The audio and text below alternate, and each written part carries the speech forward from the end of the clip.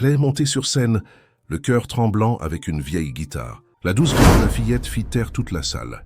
Parmi les jurés, un millionnaire sentit le passé revenir. Et chaque note révélait le lien caché par le destin. Qu'est-ce que vous pensez qu'il va se passer dans cette histoire?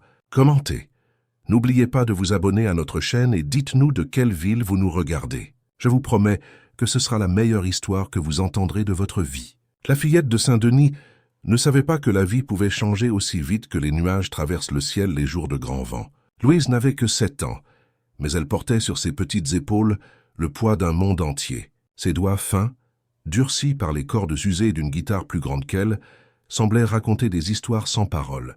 L'instrument avait appartenu à sa mère, Clarisse, qui passait désormais plus de temps allongée que debout. Cet après-midi d'avril, une pluie fine tombait sur le quartier périphérique de Saint-Denis, en banlieue parisienne, comme si le ciel pleurait en silence. Louise installa sa petite caisse en carton, la protégeant avec un morceau de plastique pour qu'elle ne soit pas trempée.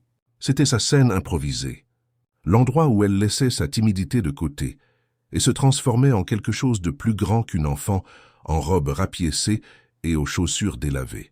« Maman, je vais juste sur la place.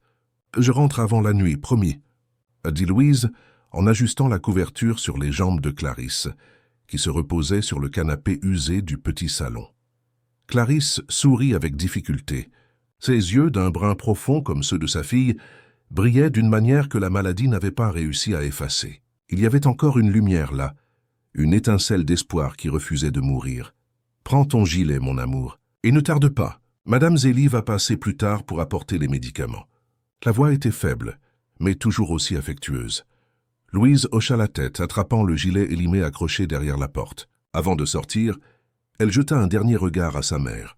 Un instant, elle la vit telle qu'elle était avant, debout à l'endroit même qu'elle occupait maintenant, tenant la même guitare, souriant avec la même musique dans les yeux. Le souvenir était si vif qu'il en était presque douloureux. La place n'était pas loin, à seulement 3 pâtés de maison en descendant la rue principale. Pourtant, pour les courtes jambes de Louise, cela ressemblait à une petite aventure. Elle saluait les quelques connaissances qu'elle croisait en chemin. Le propriétaire de la boulangerie, qui lui donnait parfois un pain quand il en restait de la veille.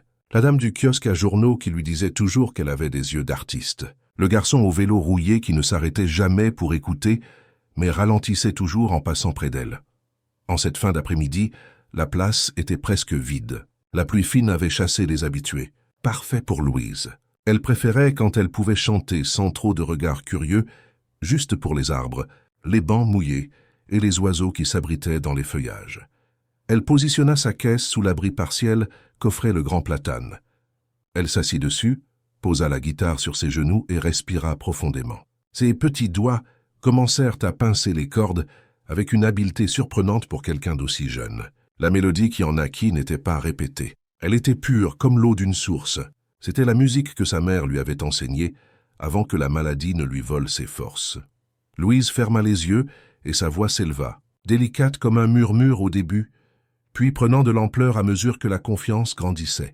C'était une chanson sur des oiseaux qui volent loin, mais retrouvent toujours leur chemin. Sur des cœurs qui, même séparés, ne cessent jamais de battre au même rythme. Sur des promesses faites sous des cieux étoilés. Une chanson qu'elle ne comprenait pas entièrement, mais qu'elle ressentait dans chaque cellule de son petit corps. Dans la petite caisse en carton à côté d'elle, quelques pièces commencèrent à s'accumuler. Une dame au parapluie fleuri s'arrêta pour écouter et laissa un billet de 5 €.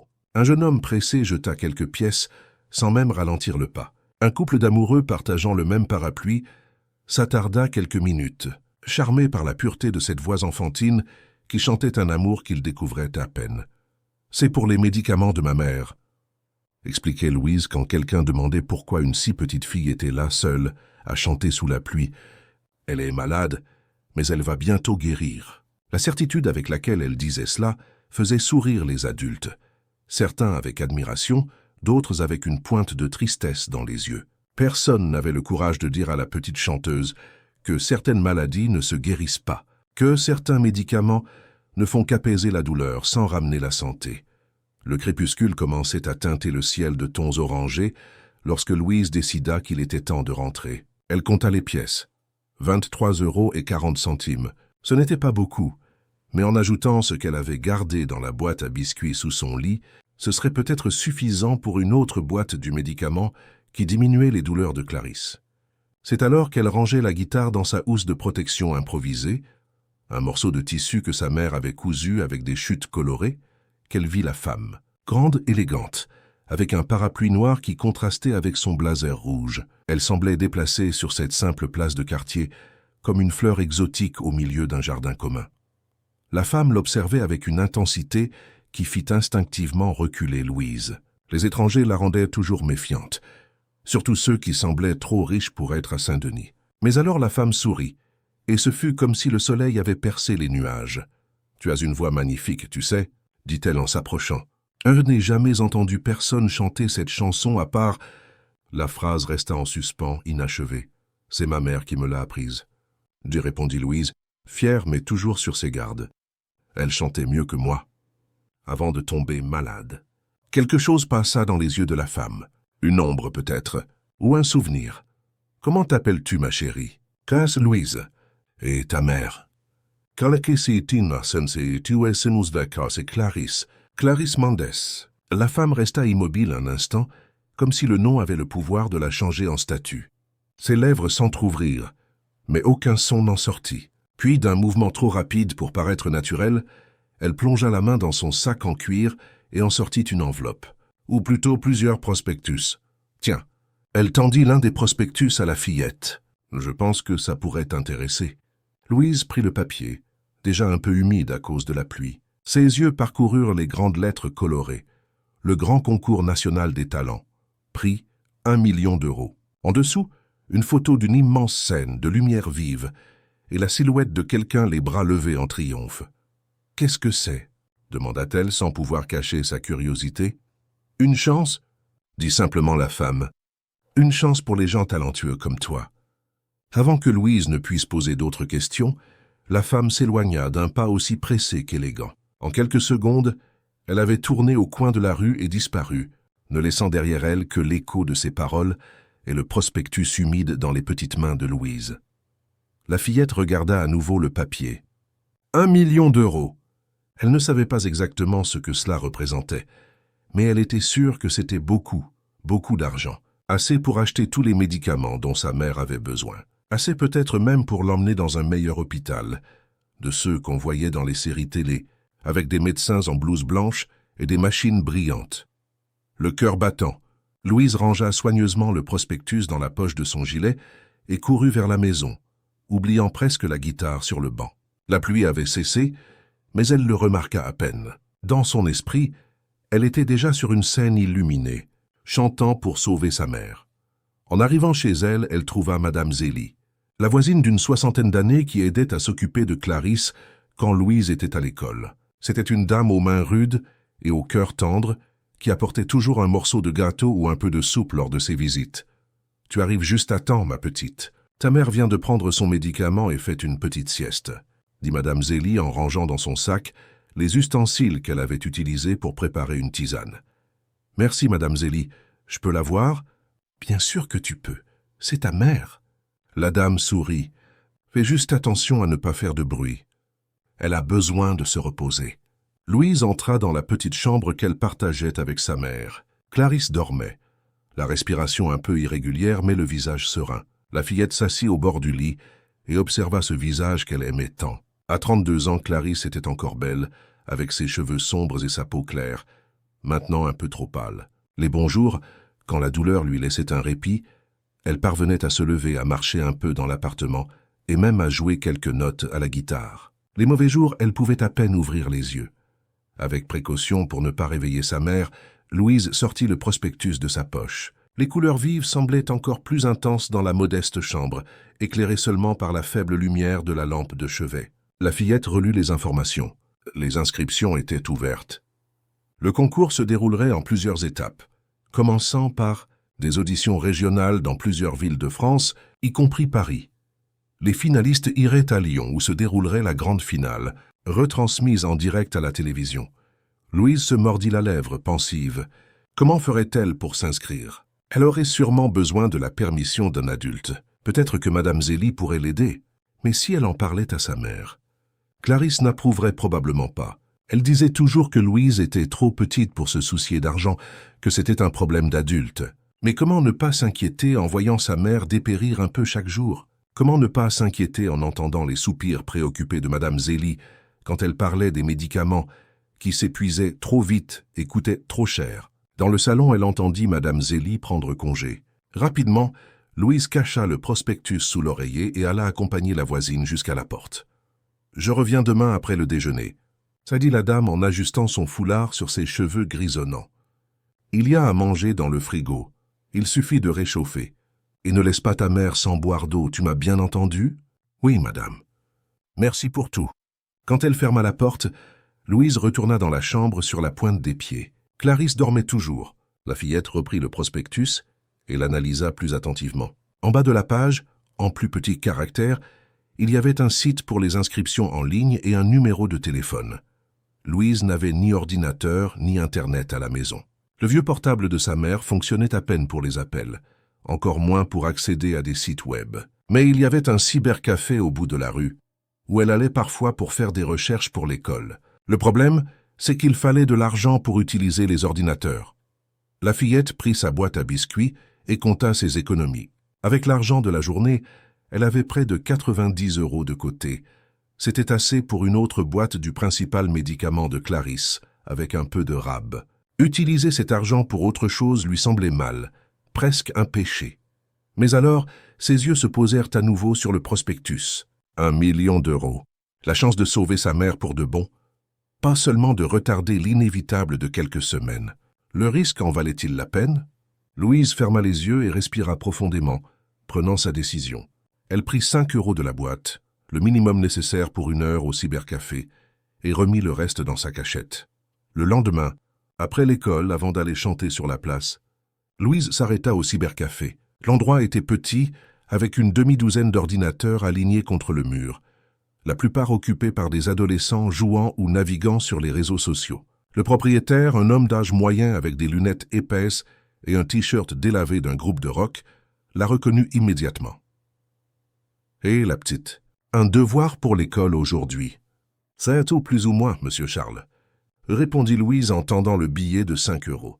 « Je dois m'inscrire à quelque chose. » Monsieur Charles prit l'argent, mais fronça les sourcils. « Quel genre de chose? Tu sais qu'il y a des sites que les enfants ne doivent pas consulter, n'est-ce pas? »« C'est un concours de musique, » expliqua Louise en montrant le prospectus. « Je veux m'inscrire pour chanter. » L'homme examina le papier, ses yeux s'écarquillant légèrement en voyant le montant du prix. « Ça a l'air d'être un gros truc, ma petite. Tu es sûre que tu peux participer? Tu n'as pas besoin de l'autorisation de tes parents? » Louise se mordit la lèvre inférieure, hésitante. « C'est pour aider ma mère, monsieur Charles. Elle est très malade et les médicaments sont chers. » Quelque chose dans le regard de la fillette dut toucher l'homme, car il soupira, rendit le prospectus et désigna un ordinateur libre dans le coin.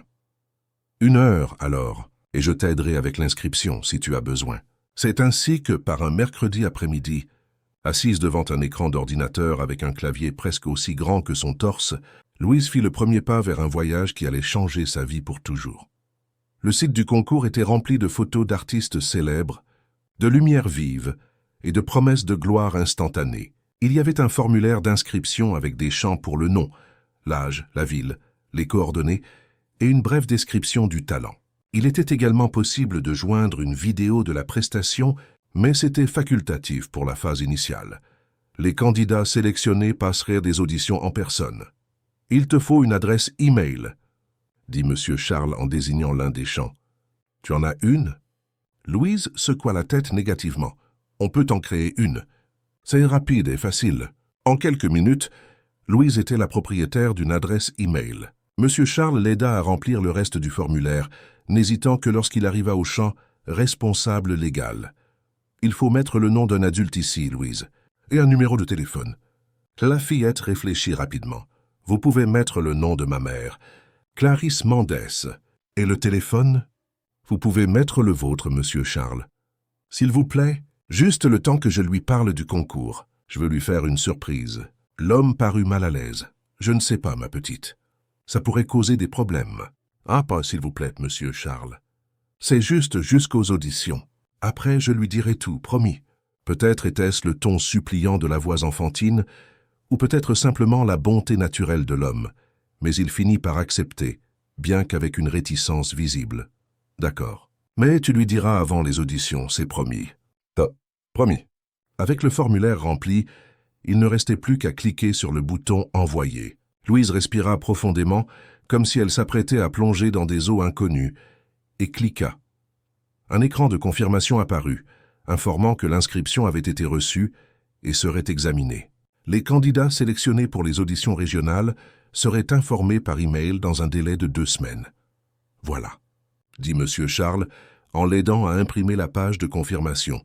Maintenant, il n'y a plus qu'à attendre. Mais attendre était peut-être la chose la plus difficile au monde pour une enfant de 7 ans, avec une mission si importante. Les jours suivants passèrent dans une lente agonie pour Louise. Elle continuait sa routine, l'école le matin, s'occupait de sa mère l'après-midi, chanter sur la place quand le temps le permettait, mais ses pensées étaient constamment tournées vers le concours. Tous les 2 jours, elle retournait au cybercafé utilisant les pièces économisées sur l'argent qu'elle gagnait en chantant pour vérifier ses emails.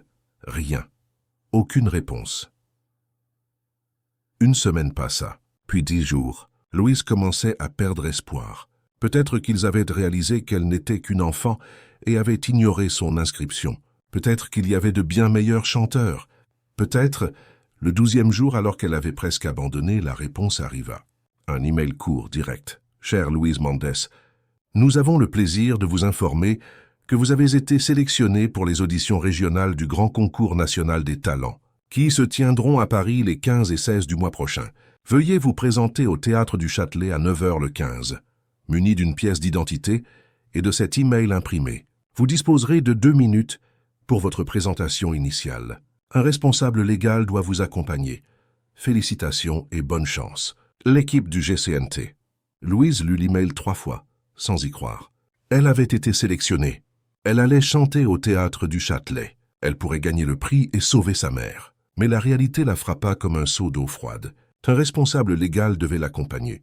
Sa mère, dans son état, aurait du mal à se rendre jusqu'au théâtre. Et si elle lui disait la vérité maintenant, peut-être que Clarisse ne lui permettrait même pas de participer, inquiète pour ses études ou pour l'exposition médiatique. Louise se mordit la lèvre, pensive. Il lui fallait un plan.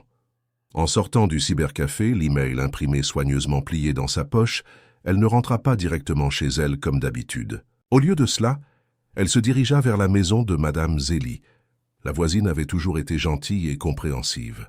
Peut-être que si elle lui expliquait la situation, elle accepterait de l'aider. Madame Zélie vivait dans un petit appartement à l'étage supérieur de l'immeuble où vivaient Louise et Clarisse. C'était un endroit chaleureux, rempli de plantes dans des pots colorés et de photos de famille. L'odeur de café frais et de beignets flottait dans l'air lorsque Louise frappa à la porte. « Louise, que fais-tu là, ma petite ? Ta mère va bien ?»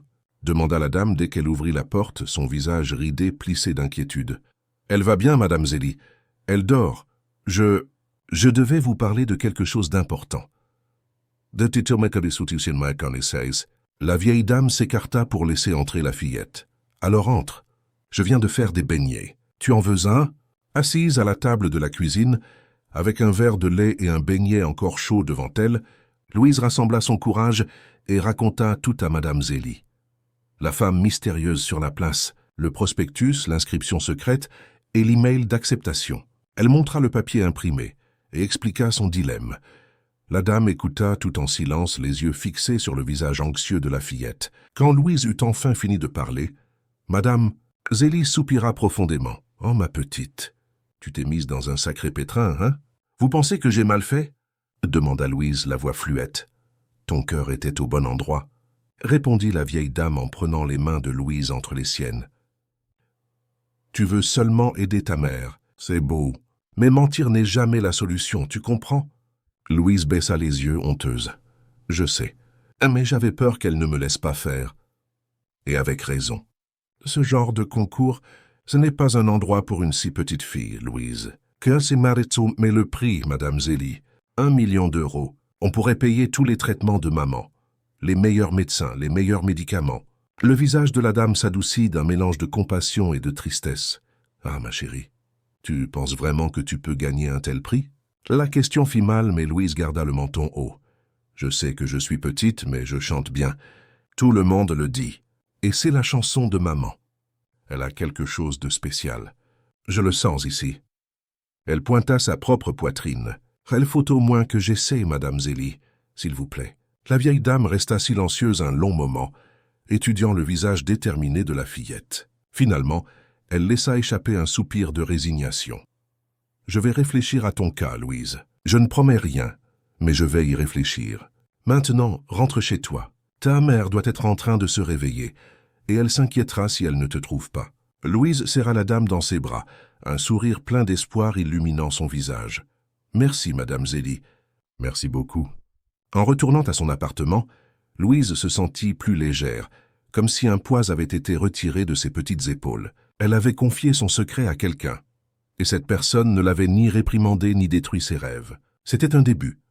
À la maison, elle trouva Clarisse réveillée, assise sur le lit avec un carnet ouvert sur les genoux. C'était un vieux carnet, à la couverture usée et aux pages jaunies. Louise le reconnut immédiatement. C'était là que sa mère gardait ses chansons. Des paroles écrites dans des moments d'inspiration, des mélodies notées sur des portées improvisées. « Salut, mon amour. » Clarisse sourit en voyant sa fille. Son visage était un peu moins pâle aujourd'hui, nota Louise avec soulagement. « Un bonjour, donc.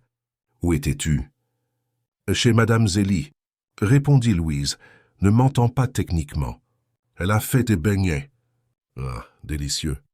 C'est un ange, n'est-ce pas ?»« Oui. » Louise s'approcha, curieuse de ce que faisait sa mère. « Qu'est-ce que tu lis ?»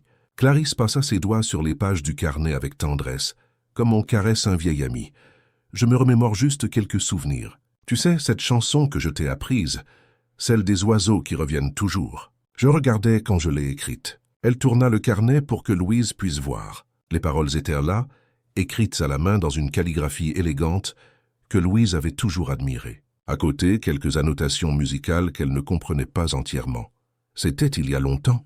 demanda la fillette en s'asseyant au bord du lit. « Très longtemps. Avant ta naissance. » Un sourire nostalgique joua sur les lèvres de Clarisse. « J'avais de grands rêves à cette époque. »« Ça, d'être chanteuse ?»« Entre autres. » Elle ferma doucement le carnet. « Mais la vie a suivi un autre chemin. Et elle m'a donné toi, le plus beau cadeau que je pouvais recevoir. » Louise sourit, mais sentit un pincement au cœur. Combien de rêves sa mère avait-elle laissés derrière elle? Combien de chansons étaient restées inachevées? Combien de scènes n'avaient jamais connu sa voix? Et maintenant, elle était là, confinée à un lit, sa musique réduite au silence par la maladie. À cet instant, la détermination de Louise ne fit que se renforcer. Elle irait au concours. Elle chanterait la chanson de sa mère. Et si elle avait de la chance, elle pourrait peut-être donner à Clarisse une seconde chance, non seulement de vivre, mais de rêver à nouveau. Les jours qui suivirent passèrent comme un rêve fiévreux pour Louise. Chaque matin, en se réveillant, elle vérifiait le papier imprimé caché entre les pages de son cahier d'école, juste pour être sûre qu'elle n'avait pas tout imaginé. Les lettres étaient toujours là, noir sur blanc, confirmant que oui, elle avait vraiment été sélectionnée pour les auditions régionales du Grand Concours national des talents. Il ne restait que 5 jours avant le grand moment, et Louise n'était toujours pas sûre de pouvoir s'y rendre. Madame Zélie n'avait pas donné de réponse définitive, se contentant de regards inquiets et de profonds soupirs chaque fois que la fillette abordait le sujet. L'anxiété commençait à ronger l'estomac de Louise comme un petit animal agité. Le vendredi après-midi, en rentrant de l'école, la pluie tombait en rideaux épais sur la ville. Louise courait, protégeant son sac à dos avec son petit corps, quand elle faillit percuter une silhouette familière qui sortait de la pharmacie du coin.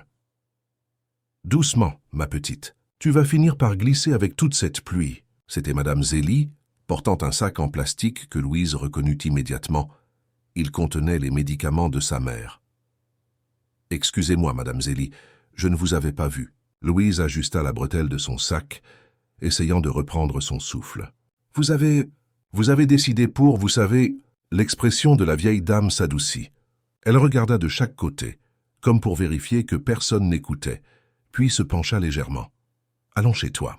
Il faut que nous parlions à ta mère. » Le cœur de Louise s'emballa. « Mais vous allez lui dire? Pour le concours? »« Oui, Louise. Je ne peux pas mentir à Clarisse. Et tu ne devrais pas non plus. Il y avait une fermeté douce dans sa voix qui ne laissait aucune place à la discussion. « Mais je vais t'aider à expliquer. On verra ce qu'elle en dit. » Le chemin jusqu'à l'appartement ne parut jamais aussi long. La pluie, le poids du sac à dos, l'anxiété, tout semblait conspirer pour rendre chaque pas plus difficile que le précédent. Quand elles arrivèrent enfin, Louise était trempée et tremblante, et pas seulement de froid. Clarisse était assise dans le petit salon, enroulée dans une fine couverture. Une émission de télévision quelconque murmurait à faible volume, plus pour tenir compagnie que pour divertir. Son visage s'illumina quand elle vit sa fille et Madame Zélie entrer. « Vous êtes trempée. Louise, va changer ses vêtements avant d'attraper un rhume. »« Tout à l'heure, maman. » Louise échangea un regard nerveux avec Madame Zélie. « On doit te dire quelque chose. » Le sourire de Clarisse vacilla légèrement. « Qu'est-ce qui se passe? Un problème à l'école? » « Non, rien de tout ça, » intervint Madame Zélie, posant le sac de médicaments sur la table et s'asseyant à côté de Clarisse. « Mais en fait, c'est quelque chose que Louise a fait pour toi. » Dans les minutes qui suivirent, entre des sanglots contenus et des explications précipitées, Louise raconta tout à sa mère, le prospectus, l'inscription secrète, l'email d'acceptation. Elle montra le papier imprimé, maintenant un peu humide à cause de la pluie, et expliqua son plan. Clarisse écouta tout en silence, son visage un masque impénétrable. Quand Louise eut enfin fini, le silence pesa dans la pièce comme du plomb. La fillette gardait les yeux fixés sur le sol, incapable d'affronter le regard de sa mère. Madame Zélie se racla discrètement la gorge. « Je sais que c'était mal de te cacher ça, Clarisse, mais le cœur de cette petite est au bon endroit. Elle veut juste t'aider. » Clarisse se leva lentement, ses mouvements prudents révélant la douleur que chaque geste lui causait. Elle s'approcha de Louise et, à la surprise de la fillette, s'agenouilla devant elle, se mettant à sa hauteur. « Regarde-moi, ma fille. » À contre-cœur, Louise leva les yeux. Elle s'attendait à y trouver de la colère, de la déception. Au lieu de cela, elle vit des larmes silencieuses couler sur le visage de sa mère. « Tu as fait tout ça pour moi. Tu t'es inscrite à un concours national. Tu as menti, tu as prévu d'aller jusqu'au théâtre du Châtelet. Tout ça pour trouver de l'argent pour mes médicaments ?» Louise hocha la tête, incapable de parler. Un nœud se formait dans sa gorge. « Oh, mon amour !» Clarisse attira sa fille dans une étreinte serrée, ignorant ses vêtements mouillés. « Tu es la chose la plus précieuse de ma vie. Tu n'as pas à porter ce poids sur tes épaules. Ce n'est pas ta responsabilité de prendre soin de moi de cette façon. »« Des pauvres Finda, mais je veux prendre soin de toi, maman, » murmura Louise contre l'épaule de Clarisse. « Comme tu as toujours pris soin de moi. » Clarisse s'écarta un peu, tenant le visage de Louise entre ses mains. « Je sais, et ça me brise le cœur. » Elle respira profondément. « Quant au concours, je ne sais pas si c'est une bonne idée. »« S'il te plaît, maman. » implora Louise, ses yeux brillants d'espoir et de détermination. « Laisse-moi essayer. Juste l'audition. Si ça ne marche pas, je te promets que je ne te cacherai plus jamais rien. » Clarisse regarda Madame Zélie, qui observait la scène les yeux embués. « Qu'en penses-tu, Zélie ?» La vieille dame haussa les épaules, mais un petit sourire flottait sur ses lèvres. « La petite a du talent, on ne peut pas le nier. Et ce n'est qu'une audition, Clarisse. Que peut-il arriver ?»« 1 million de choses, » soupira Clarisse. Mais elle regarda à nouveau Louise, ses yeux si semblables aux siens, pleins d'une détermination qu'elle ne connaissait que trop bien. La même détermination qui, un jour, l'avait poussée à quitter la maison, avec une guitare sur le dos et des rêves plus grands que le monde. « D'accord. »« Asmund, d'accord. » répéta Louise à peine croyante. « D'accord. Tu peux aller à l'audition. » Le cri de joie de Louise fut probablement entendu dans tout l'immeuble. Elle serra sa mère si fort que Clarisse laissa échapper un petit gémissement de douleur rapidement masqué par un rire. « Mais à certaines conditions, » ajouta Clarisse en levant un doigt en guise d'avertissement. « Allez, premièrement, Madame Zélie ira avec toi. Je ne suis pas en état d'aller jusqu'au théâtre maintenant. »« Bien sûr, bien sûr. Deuxièmement, tu seras honnête avec les organisateurs. Tu diras ton vrai âge, que tu es là pour représenter la musique que ta mère a écrite, et que tu veux participer parce que... » Elle hésita. « Parce que je veux aider à payer tes médicaments, » compléta Louise sans hésiter. Clarisse ferma les yeux un instant, comme si la phrase l'avait blessée physiquement. « Oui, si c'est ce que tu veux dire. » Elle rouvrit les yeux, plus ferme maintenant. « Et troisièmement, peu importe le résultat, tu l'accepteras. S'ils disent non, c'est non. Compris? Avez-vous compris? Elle acquiesça solennellement Louise, bien que dans son cœur il n'y eût aucune place pour la possibilité d'un échec. Alors c'est entendu, dit Madame Zélie en se levant avec un soupir de satisfaction. J'emmènerai Louise au théâtre du Châtelet mardi. Et maintenant, mademoiselle, va changer ses vêtements mouillés pendant que je nous prépare une tisane bien chaude à toutes les trois. Tandis que Louise courait vers la chambre, se sentant plus légère que l'air, Clarisse s'enfonça de nouveau dans le canapé, le corps fatigué, mais un sourire réticent sur les lèvres. Peut-être, juste peut-être, y avait-il un peu de magie dans les rêves de sa fille.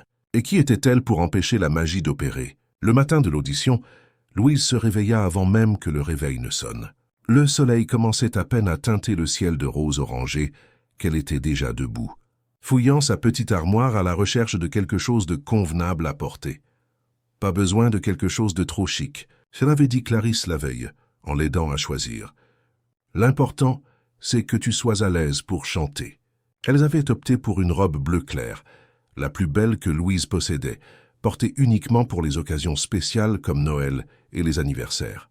Elle n'était pas neuve, mais elle était bien conservée et s'accordait avec le ruban que Clarisse avait trouvé pour attacher les cheveux de sa fille. À 7 heures du matin, Louise était déjà prête, assise au bord du lit, balançant nerveusement les jambes, tout en regardant sa mère réviser une dernière fois les paroles de la chanson. N'oublie pas de respirer profondément avant de commencer. Instruisait Clarisse, la voix douce mais ferme. Et peu importe qui regarde, chante comme si c'était juste pour moi, comme tu le fais ici à la maison. Louise hocha la tête, absorbant chaque mot comme de l'eau dans le désert. Et si j'oublie les paroles? Tu ne les oublieras pas. Tu connais cette chanson depuis que tu es toute petite. Clarisse sourit. Plus petite que tu ne l'es maintenant, imagine un peu. Un coup à la porte interrompit la conversation. Madame Zélie était arrivée, ponctuelle comme toujours, vêtue de ce que Louise reconnut comme ses habits du dimanche. Un ensemble jupe et blazer dans les tons pastels, les cheveux soigneusement coiffés, et même un peu de rouge à lèvres. « Sommes-nous prêtes à conquérir le monde ?» demanda la vieille dame avec un enthousiasme qui ne correspondait pas à son âge, mais qui était exactement ce dont Louise avait besoin à ce moment-là.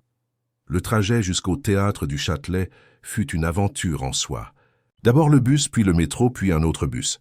Louise, qui sortait rarement de son quartier, observait la ville se transformer par la fenêtre, les immeubles devenant plus hauts, les rues plus larges, les gens plus pressés. Sa guitare, protégée par la housse improvisée en patchwork, reposait sur ses genoux comme une amulette. Quand elles arrivèrent enfin au théâtre, Louise resta momentanément sans voix. Le bâtiment était magnifique, bien plus grand et plus imposant qu'elle ne l'avait imaginé. De hautes colonnes, des escaliers de marbre, des détails dorés qui brillaient au soleil du matin. On aurait dit un palais sorti d'un des livres de contes que sa mère lui lisait avant de dormir. « C'est si grand », murmura-t-elle, se sentant soudainement très petite. « Construit pour impressionner », commenta Madame Zélie, serrant la main de Louise d'une manière rassurante. « Mais ce n'est qu'un bâtiment. Ce qui compte, ce sont les gens et la musique qui s'y produisent. » Une file considérable se formait déjà à l'entrée latérale, indiquée par des panneaux improvisés, comme le lieu des auditions. Des dizaines de personnes de tous âges attendaient leur tour, certaines avec des instruments de musique, d'autres probablement des chanteurs ou des danseurs. Il y avait un murmure constant de voix nerveuses et excitées, certaines répétant des notes de musique, d'autres des pas de danse. Louise et Madame Zélie prirent leur place dans la file, la fillette essayant de ne pas se laisser intimider par les autres candidats, dont beaucoup étaient des adultes, avec des tenues élégantes et du matériel professionnel. « Regarde toutes ces personnes, » chuchota-t-elle à Madame Zélie. « Tu crois qu'ils vont tous chanter ?»« Certains oui, d'autres doivent avoir d'autres talents. C'est un concours varié d'après ce que j'ai compris. » La dame ajusta son châle, examinant la foule. « Mais je parie qu'aucun d'entre eux ne chante avec le cœur comme tu le fais. » L'attente fut longue. 1 heure passa, puis 2. Louise commençait à s'agiter, et Madame Zélie avait déjà acheté 2 petites bouteilles d'eau et un sandwich à partager. Le soleil chauffait, mais heureusement la file avançait sous l'ombre partielle d'un côté du théâtre. Enfin, leur tour arriva. Une femme à l'air efficace, avec un presse-papiers à la main et des écouteurs, les conduisit à travers d'imposants couloirs, jusqu'à une petite salle où 3 personnes étaient assises derrière une table. 2 hommes et une femme, tous avec des expressions sérieuses, presque ennuyée. « Suivante », annonça la femme au presse-papier. « Louise Mendès, 7 ans, voix et guitare. » L'un des hommes haussa les sourcils, surpris. 7 ans. Le règlement exige un âge minimum de 12 ans pour les participants en solo. Le cœur de Louise se serra. Elle regarda Madame Zélie en panique. Mais avant qu'elle ne puisse dire quoi que ce soit, la dame s'avança. « Avec tout mon respect, monsieur, je n'ai vu cette information nulle part dans les documents que nous avons reçus.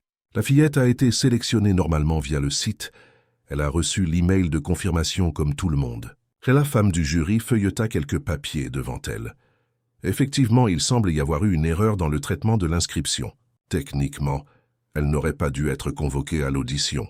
Elle regarda Louise qui restait paralysée, la guitare serrée contre sa poitrine comme un bouclier. « Mais puisque vous êtes là, écoutons la gamine », dit l'autre homme d'un geste désintéressé.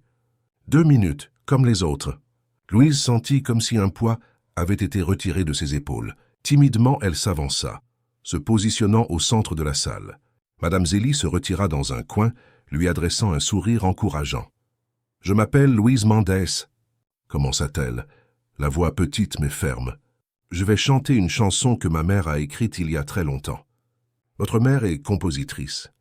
demanda la femme soudainement plus intéressée. « Non. Enfin, elle l'était. Maintenant, elle est malade. » Louise déglutit. « C'est pour ça que je suis ici, pour aider à acheter ses médicaments. » Un silence inconfortable tomba sur la salle. Les 3 jurés échangèrent des regards, un mélange de surprise et de méfiance sur leurs visages. « Je vois », dit finalement l'homme qui avait parlé en dernier. « Eh bien, écoutons alors. » Louise ajusta la guitare sur ses genoux, respira profondément comme sa mère le lui avait appris et commença à pincer les cordes. Les premières notes sortirent hésitantes, un peu tremblantes, mais prirent bientôt de l'assurance. Et puis elle commença à chanter. La voix qui sortit de cette petite fille en robe bleue surprit tout le monde dans la salle. Ce n'était pas seulement une belle voix, c'était une voix qui portait des émotions bien trop profondes pour quelqu'un d'aussi jeune. La chanson parlait d'oiseaux qui volent loin, mais retrouvent toujours leur chemin, de cœurs séparés par la distance, mais unis par le souvenir, de promesses qui résistent au temps. Les 2 minutes passèrent comme un instant.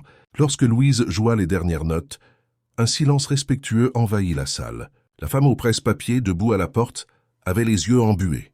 Madame Zélie souriait à travers ses propres larmes silencieuses. Les jurés restèrent impassibles un moment, mais Louise remarqua que la femme essuya rapidement le coin de son œil avant de parler. C'était surprenant, Louise. Vous avez dit que votre mère a écrit cette chanson ? Oui, madame. Avant ma naissance. Et quel était son nom ? Celui de votre mère.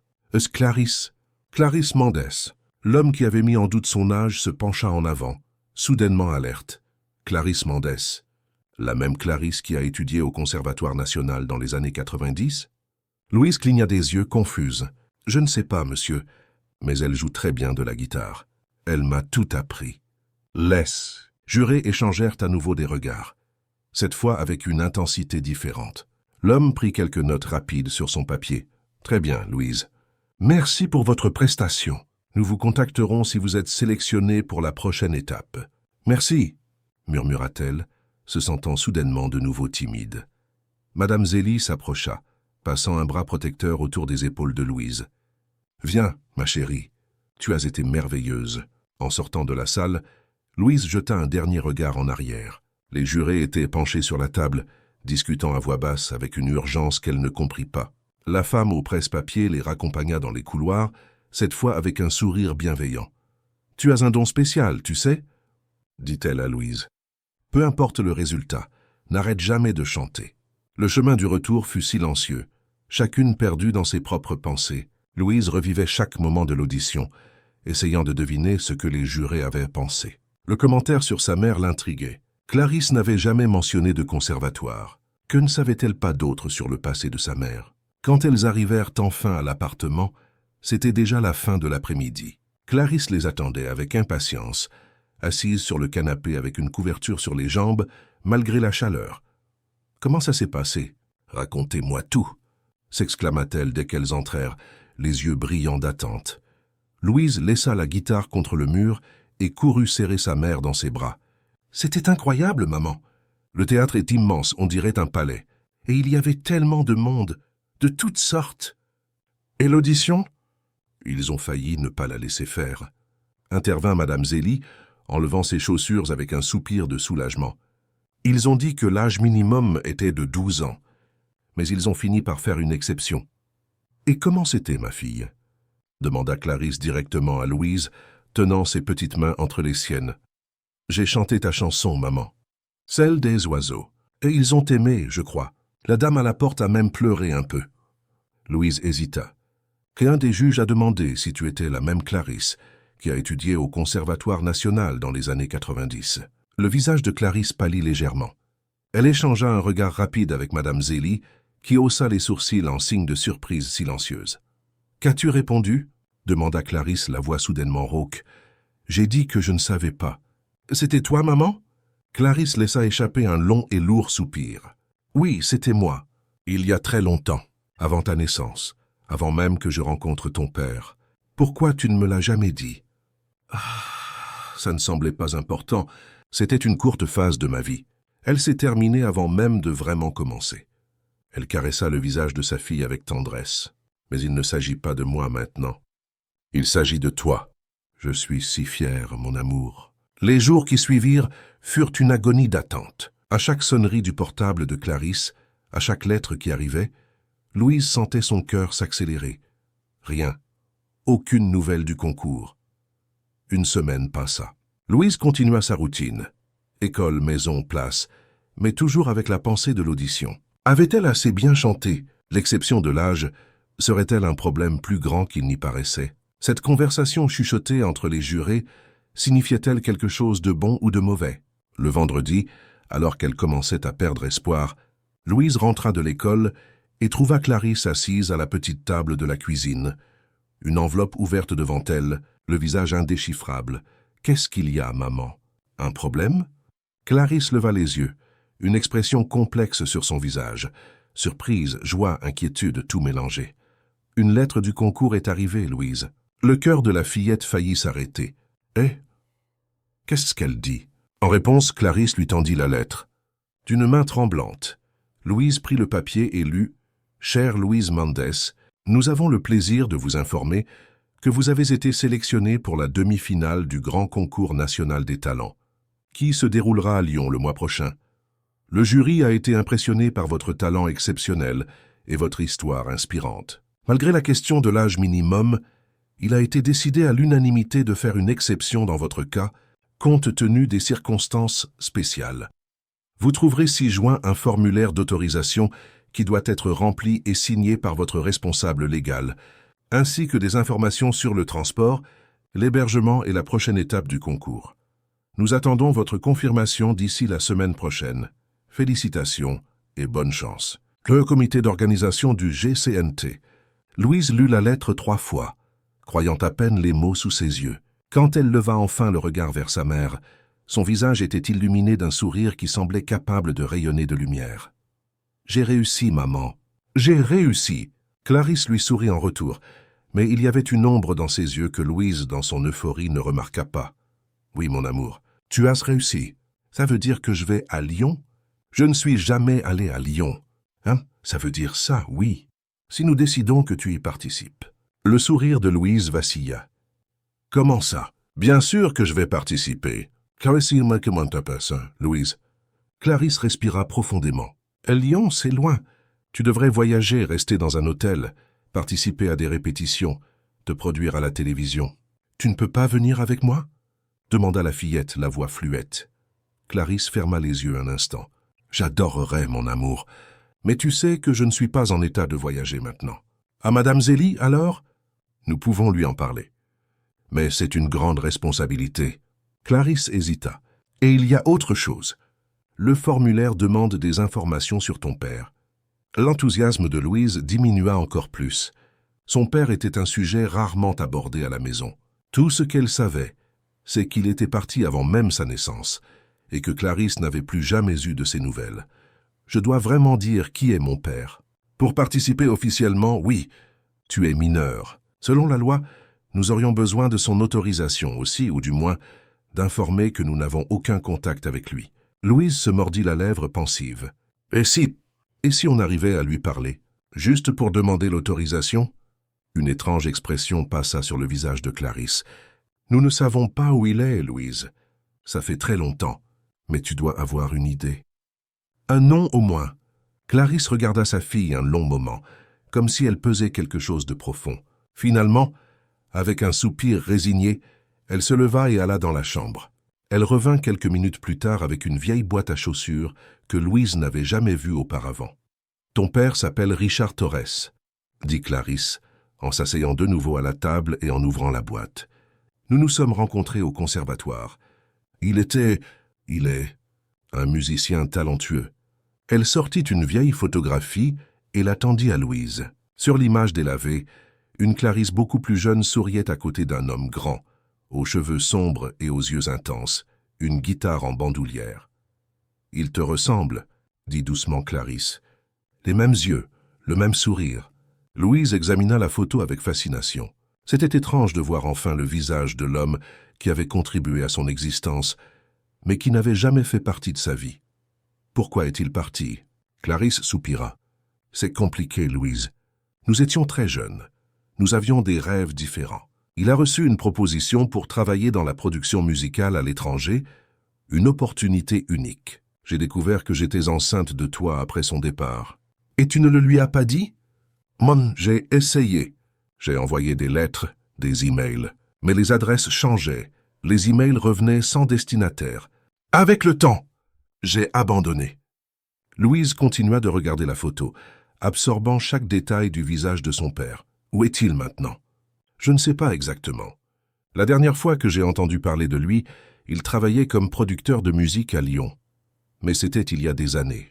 Une idée commença à se former dans l'esprit de Louise, une idée si évidente, si parfaite, qu'elle n'arrivait pas à croire qu'elle n'y avait pas pensé plus tôt.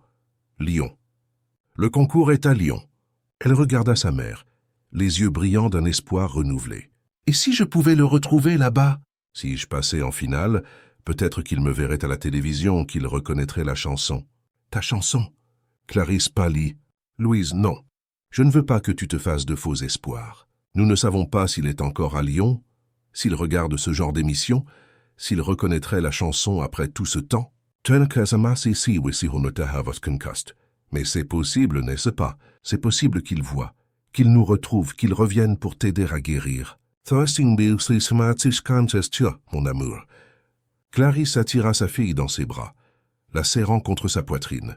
La vie n'est pas si simple. Les histoires n'ont pas toujours des fins heureuses, comme dans les contes de fées. Mais Louise, avec la détermination inébranlable de l'enfance, avait déjà pris sa décision. Elle irait à Lyon.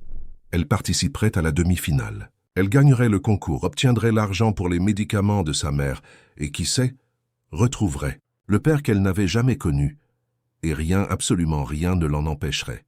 Les préparatifs pour le voyage à Lyon s'emparèrent de la petite famille Mendès comme une vague soudaine. Tout semblait se passer en même temps, avec une urgence presque fébrile.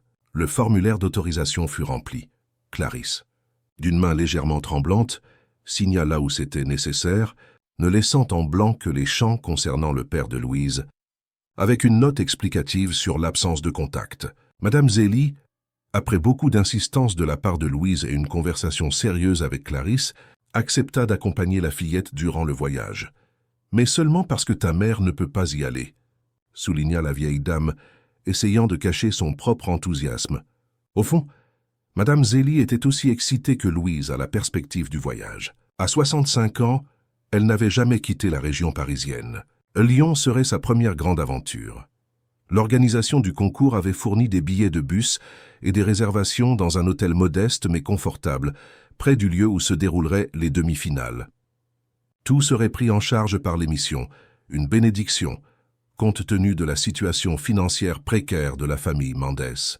La semaine précédant le départ fut consacrée à des répétitions intenses. Louise pratiquait la chanson de manière obsessionnelle, toujours sous le regard attentif de Clarisse, qui offrait des suggestions, corrigeait des notes, ajustait la posture de sa fille. « Il ne s'agit pas seulement de chanter, Louise, » expliquait-elle patiemment. « Il s'agit de ressentir chaque mot, chaque note. La musique doit venir de l'intérieur. » Un après-midi particulièrement productif, alors que Louise pinçait les cordes de la guitare, avec une confiance croissante. Clarisse se dirigea vers la petite étagère du salon et prit un carnet que Louise n'avait jamais vu auparavant. Il était différent du carnet de chansons habituel. Celui-ci semblait plus ancien, avec une couverture usée par le temps et l'usage. « Qu'est-ce que c'est, maman ?» demanda Louise curieuse en arrêtant de jouer. « Ça !» répondit Clarisse en s'asseyant à côté de sa fille sur le canapé. « C'est l'histoire de notre chanson. » Elle ouvrit le carnet avec précaution. Les pages étaient jaunies, remplies d'une calligraphie que Louise reconnut comme celle de sa mère, bien que différente, plus arrondie, plus jeune en quelque sorte. J'ai commencé à écrire cette chanson quand j'avais 19 ans, au conservatoire. Louise observa les pages avec fascination. Il y avait des ébauches de paroles, des ratures, des annotations musicales, de petits dessins dans les marges, des oiseaux, des nuages, des étoiles. Elle est restée inachevée pendant très longtemps, continua Clarisse, passant ses doigts sur les pages avec tendresse. J'avais la mélodie, j'avais des bribes de paroles, mais il manquait quelque chose. Et puis j'ai rencontré ton père. Un sourire nostalgique toucha ses lèvres.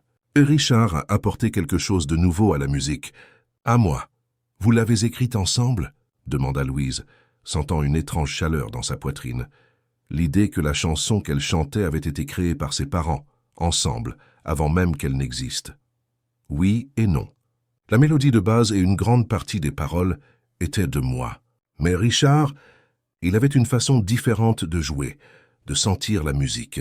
Il a suggéré des changements dans l'arrangement, a ajouté quelques vers, a apporté une profondeur que je n'avais pas réussi à trouver seule. Clarisse tourna quelques pages, montrant des annotations dans une calligraphie différente, plus anguleuse, plus décidée. Cette partie-ci, sur les oiseaux qui retrouvent leur chemin peu importe la distance, c'est lui qui l'a écrite. Louise sentit un nœud dans sa gorge. La partie sur les oiseaux était justement son passage préféré de la chanson. Pourquoi ne l'avez-vous jamais enregistré? Ou montré à quelqu'un? Le visage de Clarisse s'assombrit légèrement. Nous allions le faire. Nous avions des projets. Richard connaissait des gens dans l'industrie. Il croyait que nous pouvions obtenir un contrat. Mais alors? Elle hésita. Alors la vie a pris un autre tournant.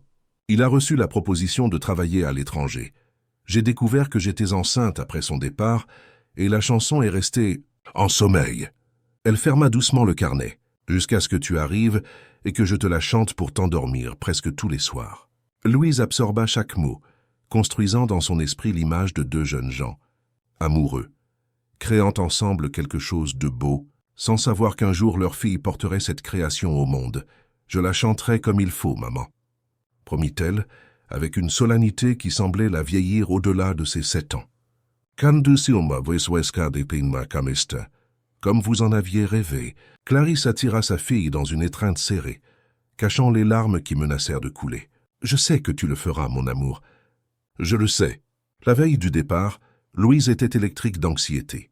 Elle ne pouvait pas rester en place plus de quelques minutes, vérifiant et revérifiant sa petite valise, ajustant la housse de la guitare, relisant les instructions envoyées par la production du concours.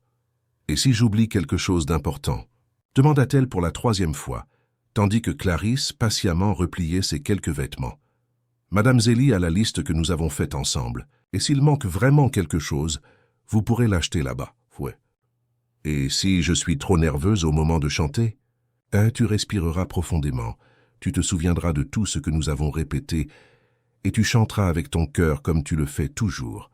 Et si... » Louise, Clarisse prit le visage de sa fille entre ses mains, ses yeux fixés dans les siens. « Tout ira bien. Et même si ce n'est pas le cas, même si tu ne gagnes pas le concours, je continuerai à t'aimer plus que tout au monde, et je continuerai à être fier de toi. Compris ?»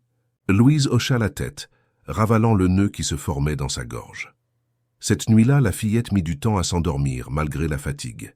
Son cœur battait trop vite, son esprit parcourait 1000 possibilités. Quand elle s'endormit enfin, elle rêva de scènes immenses, de lumières vives, et d'un homme aux cheveux sombres et aux yeux intenses qui lui souriait depuis le public.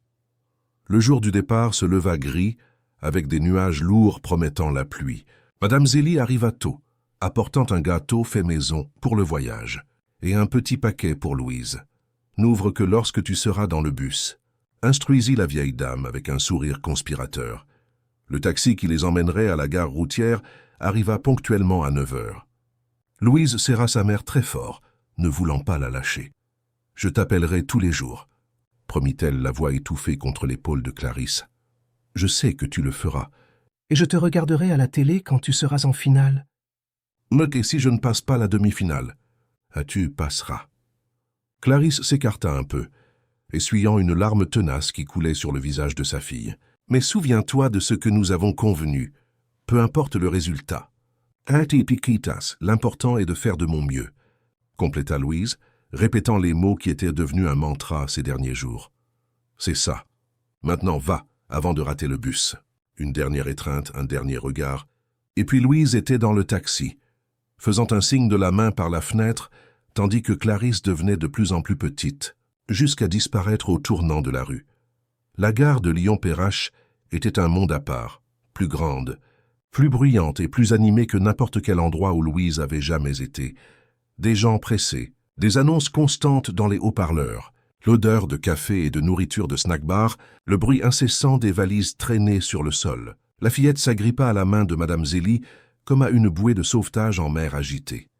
Un représentant du concours les attendait avec une pancarte sur laquelle on pouvait lire « Louise Mendes, GCNT ». C'était un jeune homme au sourire facile et à l'allure décontractée. « Bienvenue à Lyon », les salua-t-il, tout en les conduisant vers un petit bus où d'autres participants attendaient déjà. « Je suis Mathieu de la production. Je vais vous emmener à l'hôtel. Et demain commenceront les répétitions pour la demi-finale. » Dans le véhicule, Louise observa les autres concurrents avec une curiosité timide. Il y avait des gens de tous âges, des adolescents avec des instruments de musique, des adultes aux tenues voyantes qui étaient probablement des danseurs, et même un homme âgé avec un violon élégamment rangé dans un étui à ses côtés. Tous discutaient avec animation, échangeant des informations sur leurs prestations, leur ville d'origine, leurs attentes pour le concours. « Tu es la plus jeune, d'après ce que j'ai vu sur la liste », commenta Mathieu, remarquant le regard curieux de Louise. « Une exception spéciale. » La fillette sentit ses joues s'empourprer sous l'attention soudaine qu'elle reçut lorsque les autres passagers se tournèrent pour la regarder. « C'est vrai que tu n'as que 7 ans ?» demanda une adolescente aux cheveux colorés, se penchant par-dessus son siège. « Oui », répondit timidement Louise. « Et qu'est-ce que tu fais? Tu chantes? Tu danses? »« Je chante et je joue de la guitare. » L'adolescente siffla, impressionnée. « Waouh! À 7 ans, tu joues déjà de la guitare. Tu dois être une sorte d'enfant prodige ou un truc du genre. C'est ma mère qui m'a appris. » Expliqua Louise un peu plus confiante. « Elle était musicienne. Thurston Super. » La fille sourit. « Moi, c'est Vanessa. Je fais du jonglage avec du feu. J'ai 16 ans. »« Du jonglage avec du feu ?» s'exclama Madame Zélie, les yeux écarquillés. « Mon Dieu, ce n'est pas dangereux, ma petite ?» Vanessa rit, un petit peu. « Je me suis déjà brûlé les pointes des cheveux quelquefois, mais ça vaut le coup pour l'effet. » Elle tendit la main à Louise. « Enchantée de te rencontrer, la petite. Qui sait, on sera peut-être les finalistes, hein ?» L'hôtel, comme promis, était simple mais confortable.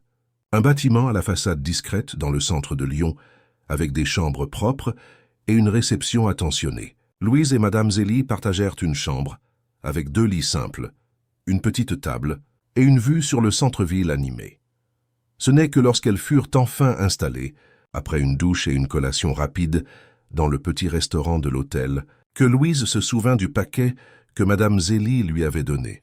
Elle courut le chercher dans sa valise. « Je peux l'ouvrir maintenant ?» La vieille dame sourit en hochant la tête. « Bien sûr que tu peux. » Avec précaution, Louise défit le papier cadeau. À l'intérieur, il y avait un ruban bleu, délicatement brodé de petits oiseaux colorés. « C'est pour l'attacher à ta guitare, » expliqua Madame Zélie, « pour te porter chance. Je l'ai brodé moi-même. » Louise serra la dame dans ses bras, les yeux embués. « Merci, Madame Zélie, c'est magnifique. » Cette nuit-là, après avoir appelé Clarisse et lui avoir raconté chaque détail du voyage, Louise s'endormit rapidement, épuisée par le trajet, la guitare avec son nouveau ruban bleu reposant à côté du lit, comme un vieil ami.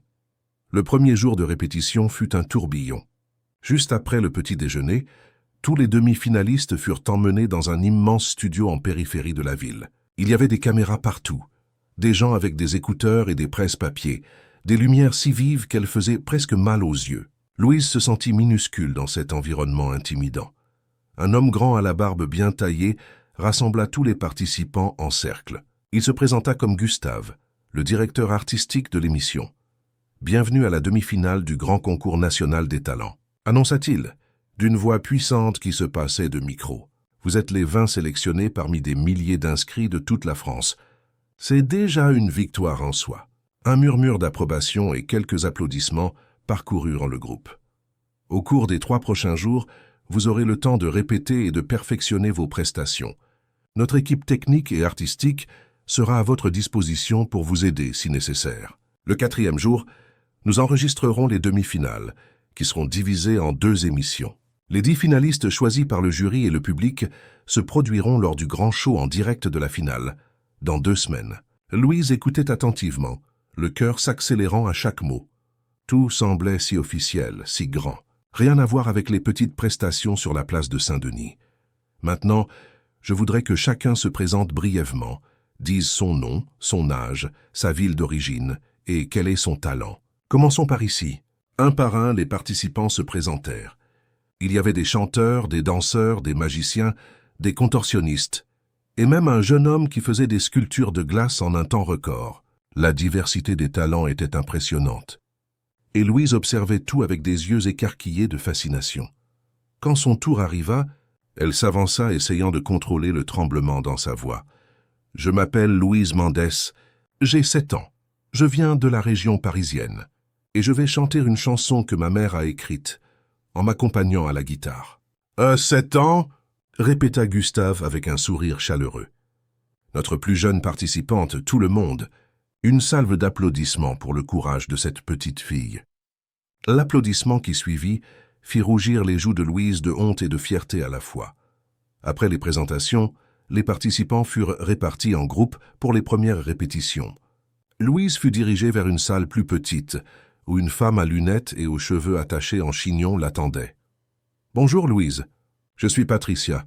Je vais superviser ta répétition aujourd'hui. » Elle fit un geste pour que la fillette s'assoie sur une chaise, déjà positionnée au centre de la salle. « On va d'abord écouter ta chanson, comme tu as l'habitude de la faire. Ensuite, on parlera des ajustements possibles pour la prestation à la télé, d'accord ?» Louise hocha la tête, ajustant la guitare sur ses genoux. Elle respira profondément, comme Clarisse le lui avait appris, et commença à jouer. Au début, ses doigts étaient un peu tremblants, sa voix un peu hésitante. Mais peu à peu, comme toujours, la musique l'enveloppa. Elle oublia la salle, elle oublia Patricia, elle oublia les caméras qui seraient bientôt braquées sur elle. Il n'y avait que la mélodie, les mots, la promesse qu'elle avait faite à sa mère. Quand elle eut terminé, elle ouvrit les yeux et vit Patricia qui l'observait avec une expression difficile à déchiffrer, un mélange de surprise, d'admiration et autre chose. Quelque chose qui ressemblait presque à de la reconnaissance. « C'était impressionnant, Louise, » dit finalement la femme. « Tu as dit que ta mère a écrit cette chanson ?»« Oui, elle et mon père, en fait, avant ma naissance. »« Ta mère est Clarisse Mendès ?» Louise cligna des yeux, surprise. « Oui, vous la connaissez ?» Un sourire énigmatique passa sur le visage de Patricia. « Pas personnellement, mais j'en ai entendu parler. » Elle consulta quelques notes sur son presse-papier. « Eh bien, je ne pense pas que nous ayons besoin de faire beaucoup de changements à ta performance. C'est authentique, émouvant. Peut-être juste quelques ajustements de position pour les caméras et réfléchir à un éclairage qui complète l'ambiance de la chanson. » Les jours suivants suivirent un schéma similaire. Répétition le matin et en début d'après-midi, puis temps libre pour se reposer et s'entraîner individuellement. Louise appelait Clarisse tous les soirs, lui racontant les nouvelles, décrivant les autres participants, rapportant les compliments qu'elle recevait des techniciens et des producteurs. « J'ai une surprise pour toi », dit Clarisse la 3e nuit, sa voix semblant un peu plus forte que les jours précédents. « Qu'est-ce que c'est ?» demanda Louise instantanément excitée. « Je serai là pour la demi-finale. »« Oh, quoi? Comment ça ?»« Mais tu... » Louise pouvait à peine croire ce qu'elle entendait. Madame Mercedes, la voisine du 3e B, a une fille qui est infirmière. Elle a accepté de venir avec moi en bus pour m'accompagner pendant le voyage. Je ne peux pas rater la première prestation de ma fille à la télévision, n'est-ce pas? La joie de Louise était si grande qu'elle pouvait à peine l'exprimer par des mots. Elle sautait sur le lit de l'hôtel, riant et pleurant en même temps, tandis que Madame Zélie observait avec un sourire complice. Elle était déjà au courant du plan, bien sûr. « On viendra te chercher à la gare », promit la fillette quand elle réussit enfin à se calmer. « Ce sera parfait, maman. Tu verras. » Le matin de la demi-finale, le studio bourdonnait comme une fourmilière agitée. Les producteurs couraient d'un côté à l'autre, les techniciens ajustaient les lumières et les caméras. Les maquilleurs et les costumiers apportaient les dernières retouches aux participants. Louise, assise sur une chaise haute pendant qu'une jeune femme sympathique lui arrangeait les cheveux, observait tout avec un mélange d'excitation et de terreur. « Nerveuse ?» demanda la maquilleuse, remarquant que la fillette se mordillait la lèvre inférieure. « Un peu, » a admis Louise. « Je n'ai jamais chanté pour autant de monde avant. Tout ira bien. » La femme sourit, appliquant une touche légère de fard à joues sur les joues de Louise. « Elle imagine juste que tu chantes pour une personne spéciale. Quelqu'un que tu aimes très fort. »« Peut-être, ma mère, » répondit promptement Louise. « Elle vient me voir aujourd'hui. Elle est venue en bus de Paris, même en étant malade. » Une ombre de compassion passa sur le visage de la maquilleuse. « Alors chante pour elle. Juste pour elle. Le reste de la France ne fera que jeter un œil. » Le conseil était bon, et Louise le garda dans son cœur. Quand elle fut enfin appelée sur scène, après 3 autres participants qui s'étaient déjà produits, elle sentit le poids du moment comme jamais auparavant. Les lumières étaient aveuglantes, le public, composé principalement de familles des concurrents et d'invités de la production, semblait immense. Mais au milieu de tous ces visages inconnus, elle chercha et trouva les yeux de sa mère. Clarisse était assise entre Madame Zélie et une jeune femme qui devait être l'infirmière, fille de Madame Mercedes. Elle semblait fatiguée, plus pâle que d'habitude, mais ses yeux brillaient de fierté et d'amour. Louise respira profondément, ajusta la guitare sur ses genoux et laissa ses doigts trouver les cordes avec la familiarité de celui qui connaît un vieil ami. Le ruban bleu brodé par Madame Zélie ondulait doucement attaché à l'instrument. Lorsque la première note retentit, claire et juste, le studio entier sembla retenir son souffle. La voix qui émergea de cette petite silhouette au centre de la scène surprit tout le monde, non seulement par sa qualité technique, impressionnante pour quelqu'un d'aussi jeune, mais surtout par l'émotion brute, l'authenticité qui débordait de chaque mot chanté. La chanson sur les oiseaux qui retrouvent toujours leur chemin, sur les cœurs, séparés par la distance, mais unis par le souvenir, sur les promesses qui résistent au temps, résonnait dans le studio comme si elle avait sa propre vie. Dans les coulisses, invisible pour Louise, un homme observait la prestation sur un moniteur. Grand, les cheveux sombres maintenant parsemés de gris, les yeux intenses, fixés sur la petite silhouette qui chantait avec tant de conviction. Ses mains, appuyées sur une canne élégante, tremblaient légèrement. « C'est elle, n'est-ce pas ?» demanda une femme à ses côtés, la même Patricia qui avait supervisé les répétitions de Louise. La chanson, la voix, ça ne peut pas être une coïncidence. L'homme ne répondit pas immédiatement. Il semblait hypnotisé par l'image sur le moniteur, par cette chanson qu'il n'avait pas entendue depuis si longtemps, mais qu'il reconnaîtrait n'importe où. « Oui, » dit-il enfin, la voix rauque d'une émotion contenue. « C'est elle. Ça doit être elle. » Sur scène, inconsciente de tout cela, Louise arrivait à la fin de sa prestation. Les dernières notes de la guitare résonnèrent dans le studio, suivies d'un moment de silence absolu, ce genre de silence qui ne se produit que lorsque quelque chose de vraiment extraordinaire a été vu. Et puis, comme une vague qui se brise enfin sur la plage, le public explosa en applaudissements. Louise ouvrit les yeux, un sourire timide sur les lèvres. Son regard croisa immédiatement celui de Clarisse, qui pleurait ouvertement, les mains couvrant sa bouche dans une expression de pure fierté et de joie. À côté d'elle, Madame Zélie essuyait aussi des larmes, tout en applaudissant avec enthousiasme. La prestation était terminée, mais pour Louise Mendès, le vrai voyage ne faisait que commencer. Car tandis qu'elle faisait une petite révérence et se préparait à quitter la scène dans les coulisses, un homme qui n'avait pas vu sa mère depuis près de 8 ans prenait une décision qui allait changer le cours de nombreuses vies. « Il faut que je lui parle », dit Richard Torres, une détermination évidente dans sa voix. « À toutes les deux. » Et ainsi, comme dans les paroles de la chanson elle-même, l'oiseau qui s'était envolé loin retrouvait enfin le chemin du nid. Louise pouvait à peine croire ce qui venait de se passer. Les applaudissements résonnaient encore à ses oreilles lorsqu'elle fut conduite hors de la scène par une assistante de production au sourire bienveillant. Ses jambes tremblaient, non pas de peur mais d'une émotion si intense qu'elle semblait débordée par chaque pore de son petit corps. « Tu as été incroyable, Louise », dit l'assistante en lui tendant une petite bouteille d'eau. « L'une des meilleures prestations que j'ai jamais vues dans cette émission. » La fillette sourit timidement, essayant encore de tout assimiler. Dans la petite loge improvisée où les participants attendaient, les autres concurrents l'accueillirent avec des applaudissements et des expressions d'admiration sincères. Vanessa, la jongleuse, courut pour la serrer dans ses bras. « Mince, ma petite, t'es sûre que t'as que 7 ans ?» Parce que c'était « waouh !»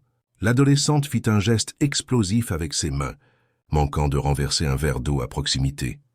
Louise s'apprêtait à répondre lorsque la porte de la loge s'ouvrit et que Madame Zélie entra, les yeux encore brillants de larmes émues. Derrière elle, soutenue par le bras de la jeune infirmière, Clarisse s'avançait lentement, le visage pâle mais illuminé d'un sourire radieux.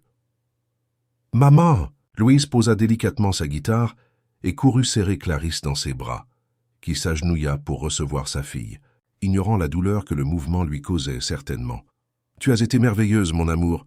murmura Clarisse en caressant les cheveux de sa fille. « Plus que tout ce que j'aurais pu rêver. » Pendant quelques instants, le monde autour disparut. Il n'y avait ni concours, ni caméra, ni étrangers qui observaient. Juste une mère et sa fille, unies par l'amour et la musique qu'elles portaient toutes deux dans leur sang. Le moment fut interrompu par Gustave, le directeur artistique, qui entra dans la loge accompagné de Patricia et d'un homme que Louise ne reconnut pas. Il était grand, d'allure élégante malgré la canne sur laquelle il s'appuyait, les cheveux sombres parsemés de quelques fils argentés aux tempes et des yeux intenses qui semblaient se fixer exclusivement sur Clarisse. « Excusez l'interruption », dit Gustave, son ton professionnel contrebalancé par un sourire sincère. « Louise, nous avons quelques interviews post-prestation à faire si tu te sens d'attaque. » Mais Louise entendit à peine ce qu'il disait.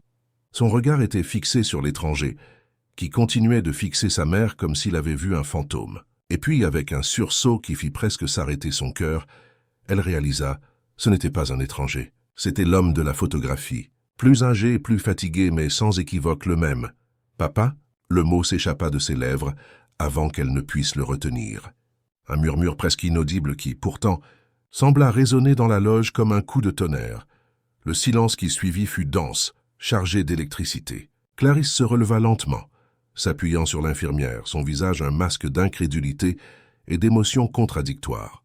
« Richard », dit-elle enfin, sa voix tremblante mais ferme. « Clarisse », répondit l'homme. Et dans ce seul mot, dans ce nom prononcé avec tant de soin, comme s'il était fait de cristal, il y avait toute une histoire, d'amour, de perte, de regret. Ça fait longtemps. Gustave et Patricia échangèrent des regards surpris, comprenant enfin la situation. Discrètement, le directeur fit un geste aux autres participants et membres de l'équipe, indiquant qu'ils devaient en sortir. En quelques secondes, seuls Louise, Clarisse, Richard, Madame Zélie et l'infirmière restèrent dans la loge. « Je crois que vous avez besoin de parler », dit Madame Zélie, brisant le silence inconfortable. « Louise, et si tu montrais à l'infirmière où se trouve la fontaine à eau ? Madame Maria doit avoir soif après le voyage. » La fillette hésita, partagée entre la curiosité féroce de rester et d'assister à la rencontre qu'elle avait si souvent imaginée, et la compréhension que les adultes avaient besoin d'un moment seul. « Tout ira bien, ma fille. » C'est l'assura Clarisse, bien que son propre ton ne semblât pas totalement convaincu. À contre-cœur, Louise suivit Madame Zélie et l'infirmière hors de la loge, non sans jeter un dernier regard au père qu'elle n'avait jamais connu. À sa grande surprise, Richard lui sourit, un sourire prudent, presque timide, mais qui illumina son visage d'une manière qui le fit ressembler beaucoup plus à la vieille photo que Clarisse gardait. Dehors, Louise s'adossa au mur près de la porte, déterminée à capter ce qu'elle pouvait de la conversation. Madame Zélie fit mine de l'éloigner, puis soupira reconnaissant la futilité de son geste. Après tout, s'il y avait quelqu'un qui avait le droit de savoir ce qui se disait là-dedans, c'était bien cet enfant. Les voix étaient étouffées, mais encore audibles. « Comment as-tu… » commença Clarisse. « La musique » répondit simplement Richard. « Je la reconnaîtrai n'importe où.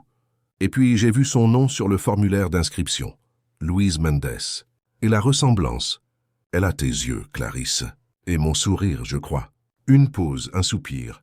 J'ai essayé de te retrouver, tu sais. Quand j'ai découvert que j'étais enceinte, j'ai envoyé des lettres, des emails. Je sais. J'ai tout retrouvé quand je suis revenu, des années plus tard. Mais c'était trop tard, je pensais. J'ai essayé de te retrouver alors, mais tu avais changé d'adresse, de téléphone. Je pensais que tu ne t'en souciais pas. Je m'en souciais, je m'en soucie, plus que je ne peux l'exprimer. Une autre pause, plus longue. Tu es malade? Ce n'était pas une question. Oui, c'est compliqué. Les médecins disent qu'il y a un traitement, mais c'est cher. Très cher. Et comme c'est pour ça qu'elle est ici, au concours? Oui, elle s'est inscrite toute seule pour me faire la surprise. Pour trouver de l'argent pour les médicaments. 7 ans, Richard. 7 ans, et elle porte le monde sur ses épaules à cause de moi. La voix de Clarisse se brisa sur la dernière phrase, et Louise sentit ses propres yeux se remplir de larmes. Madame Zélie passa un bras autour des épaules de la fillette, l'attirant dans une demi-étreinte réconfortante. « Laisse-moi t'aider. » La voix de Richard retentit, plus ferme maintenant. « J'ai des ressources. Je connais les meilleurs médecins. Je peux... Je n'ai pas besoin de charité. Ce n'est pas de la charité, Clarisse. C'est une réparation. C'est le minimum que je puisse faire après toutes ces années. Pour toi, pour elle. » Un silence tendu s'ensuivit, et Louise pouvait presque sentir la fierté de sa mère lutter contre le besoin pratique, contre l'espoir d'une chance de guérison. « Et que veux-tu en échange ?» demanda finalement Clarisse, la voix prudente. « Une chance. » Répondit Richard sans hésitation. « Une chance de connaître ma fille, de faire partie de sa vie, de ta vie, si tu le permets. Je ne demande pas de remonter le temps. Je sais que c'est impossible. Je demande juste une opportunité de faire mieux à partir de maintenant. » Louise retint son souffle, attendant la réponse de sa mère. Mais avant que Clarisse ne puisse dire quoi que ce soit, la porte de la loge s'ouvrit brusquement, manquant de renverser la fillette qui s'y appuyait. « Ah, te voilà !» s'exclama Mathieu, le jeune producteur, qui les avait accueillis à la gare. « On te cherche partout.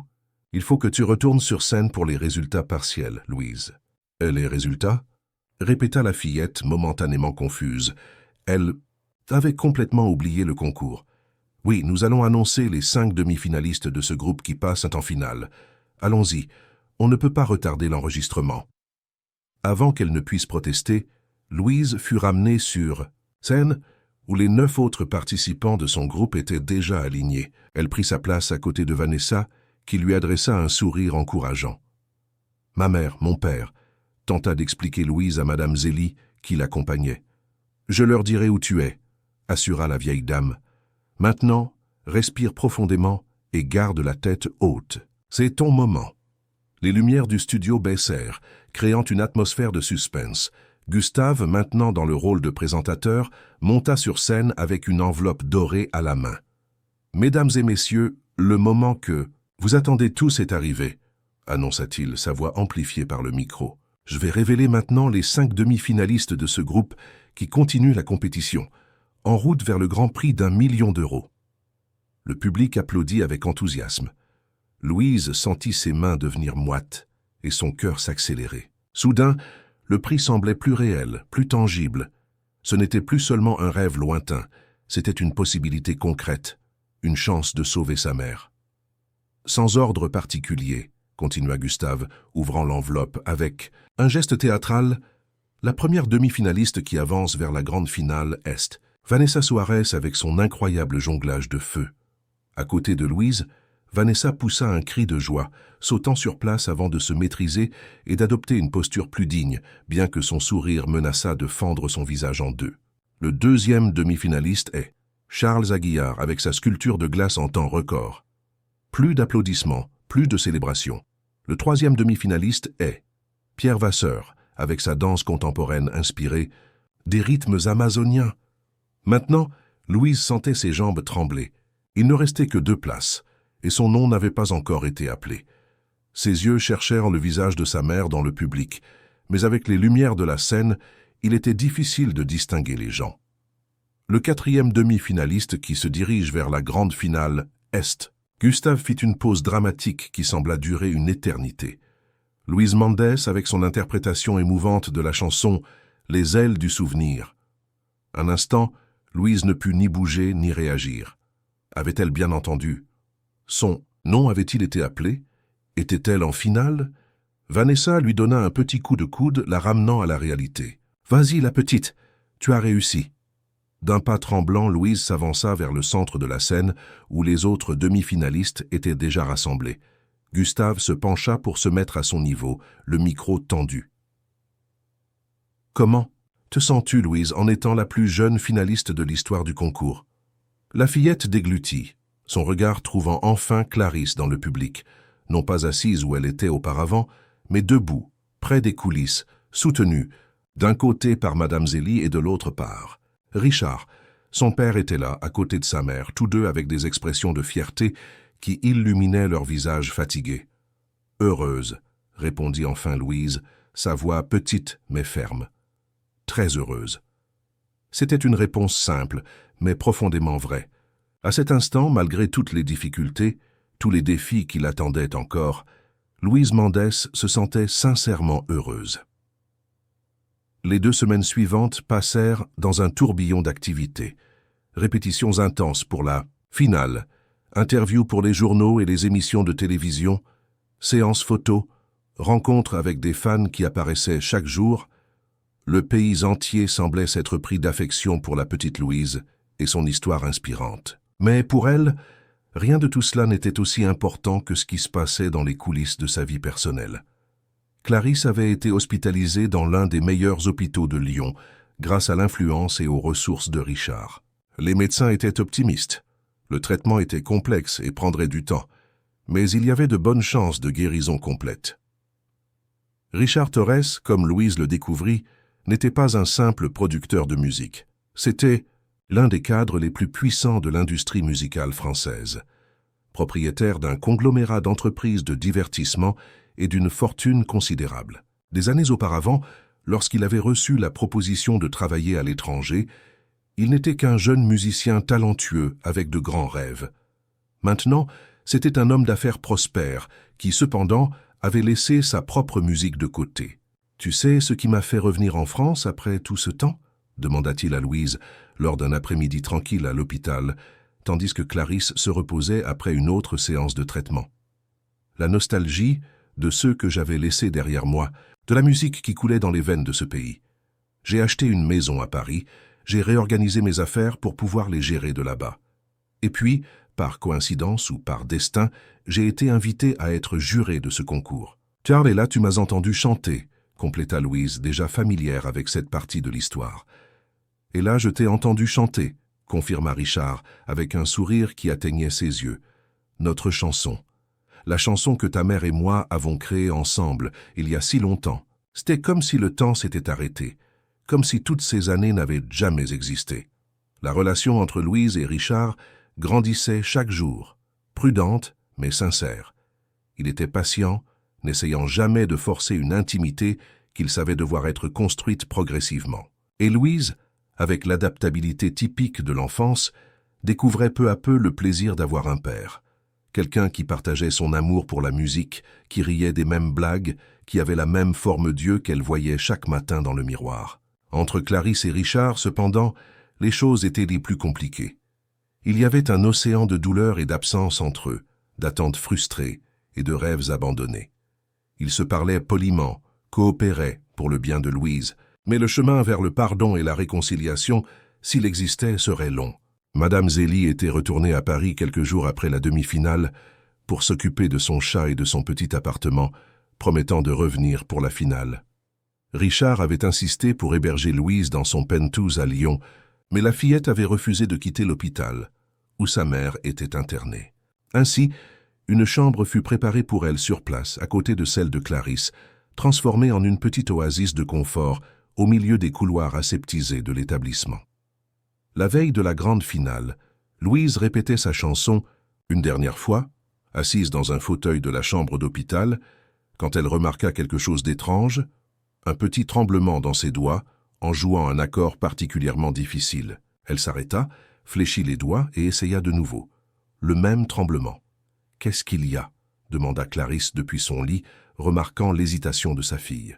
« Rien » répondit rapidement Louise, ne voulant pas inquiéter sa mère. « Je suis juste fatiguée, je crois. » Mais ce n'était pas de la fatigue, c'était de la nervosité, pure et simple.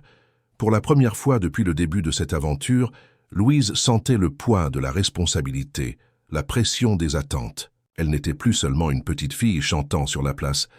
Elle était une finaliste d'un concours national, avec des millions de personnes qui la regardaient, un prix d'1 million d'euros en jeu, et une famille fraîchement réunie qui observait chaque note. « Viens ici !» appela Clarisse, tapotant l'espace à côté d'elle sur le lit. Louise obéit, laissant la guitare de côté et grimpant prudemment sur le lit d'hôpital, se blottissant dans l'étreinte familière de sa mère. « Tu n'as pas...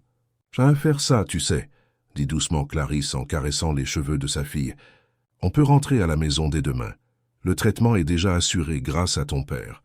Le concours n'a plus d'importance. »« Mais je veux le faire, » insista Louise, bien que sa voix ne sonnât pas aussi confiante qu'elle l'aurait souhaité. « Je veux montrer à tout le monde à quel point notre chanson est spéciale. » Clarisse sourit, déposant un baiser sur le sommet de la tête de la fillette. « La chanson est déjà spéciale, peu importe qui l'écoute ou combien de prix elle gagne. Tu sais pourquoi. » « Pourquoi ? » « Parce qu'elle a été faite avec amour, l'amour que ton père et moi partagions autrefois, l'amour que j'ai pour toi depuis toujours, l'amour que tu montres chaque fois que tu touches ces cordes et que tu chantes ces mots. » Clarisse prit le visage de sa fille entre ses mains, ses yeux fixés dans les siens. « C'est ça la vraie victoire, Louise. Tout le reste n'est que détail. » Les mots pénétrèrent profondément dans le cœur de la fillette, apaisant ses craintes, faisant taire ses doutes. Sa mère avait raison. Ce qui comptait avait déjà été gagné. La musique avait accompli son destin, unissant ce que le temps et la distance avaient séparé. Cette nuit-là, Louise dormit d'un sommeil paisible, sans rêve, mais avec une certitude réconfortante dans son cœur. Le matin de la finale apporta un ciel d'une clarté limpide, comme si les éléments eux-mêmes conspiraient pour faire de ce jour un jour parfait. Le studio était encore plus agité que lors de la demi-finale, avec des caméras supplémentaires, un public plus nombreux, et une énergie presque palpable dans l'air. Louise fut maquillée, coiffée, habillée d'une tenue spécialement conçue pour elle, une robe bleu clair avec de petits détails brodés qui, si on les observait de près, formaient des oiseaux en plein vol. Une touche spéciale de la costumière, qui avait été émue par l'histoire de la chanson. Clarisse avait reçu une permission spéciale des médecins pour assister à la finale en personne, bien qu'elle dût retourner à l'hôpital juste après. Elle était assise au premier rang du public, à côté de Richard et de Madame Zélie, qui étaient revenus de voyage, en apportant une tarte aux pommes faite maison, pour donner de l'énergie à notre finaliste. Les 10 finalistes furent présentés un par un, accueillis par les applaudissements enthousiastes du public. L'ordre des prestations avait été décidé par tirage au sort, et Louise serait la 8e à se produire. Une position considérée comme bonne, ni trop tôt pour être oubliée, ni si tard que le public serait déjà fatigué.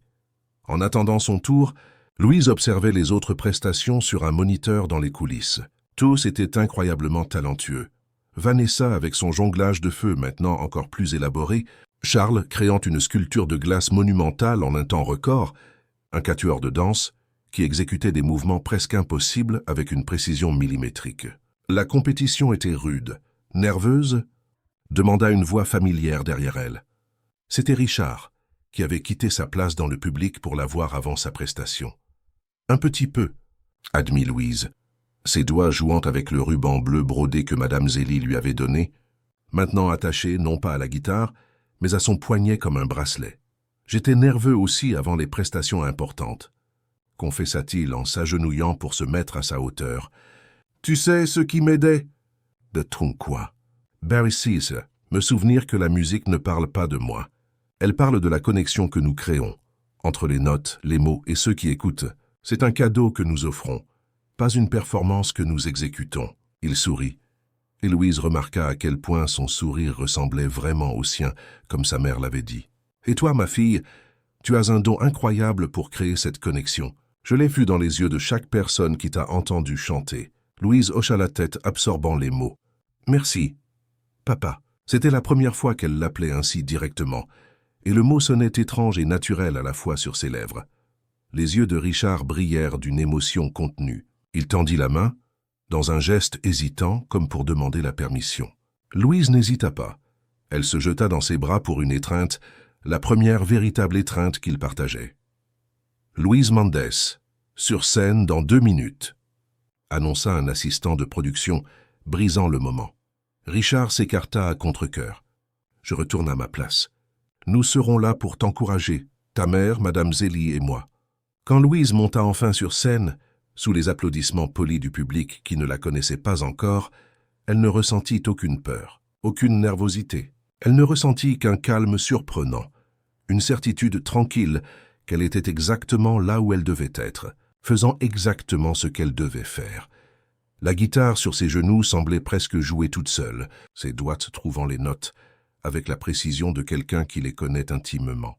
Et quand elle ouvrit la bouche pour chanter, ce n'était pas seulement sa voix qui émergeait, c'était la voix de sa mère, l'inspiration de son père, l'amour qui les avait unis et qui, d'une manière ou d'une autre miraculeuse, avait survécu au temps et à la distance pour se manifester là sur cette scène illuminée, devant une nation entière.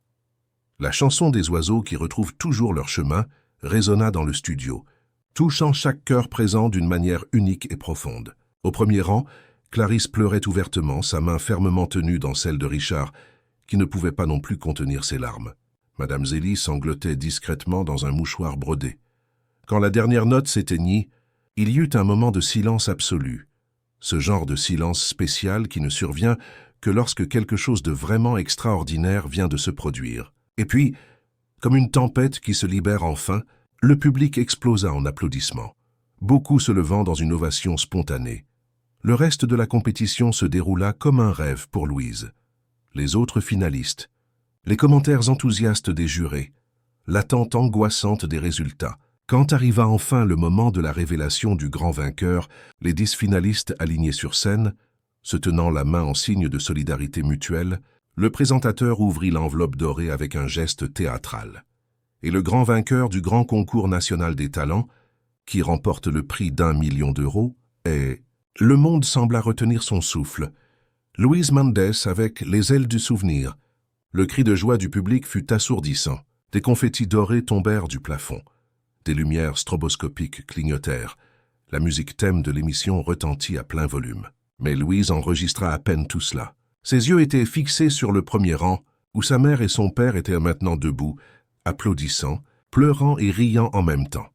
Des semaines plus tard, lorsque la poussière fut retombée, et que la vie commençait à trouver un nouveau rythme, Louise s'assit sur le balcon de l'appartement qu'elle partageait désormais avec Clarisse à Paris, un endroit spacieux et ensoleillé, non loin de Saint-Denis, mais dans un quartier plus calme et arboré. L'argent du prix, soigneusement géré avec l'aide de Richard, garantirait non seulement le traitement complet de Clarisse, mais aussi une éducation de qualité pour Louise et une stabilité financière pour toutes les deux dans les années à venir.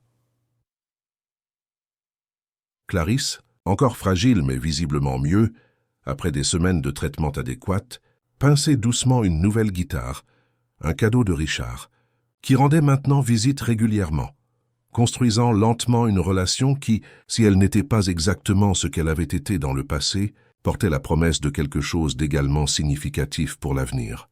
« À quoi tu penses ?»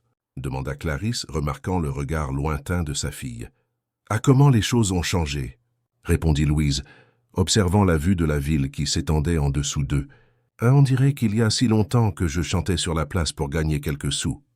Et en même temps, on dirait que c'était hier. » compléta Clarisse avec un sourire compréhensif. « La vie est comme ça, parfois, des mois peuvent passer comme des jours, et un seul moment peut durer une éternité. » Louise hocha la tête, pensive. « Je suis contente que tu ailles pris l'idée mieux. »« Moi aussi, mon amour. » Clarisse tendit la main, touchant le visage de sa fille avec tendresse. « Mais sais-tu ce qui me guérit le plus, en plus des médicaments et des médecins?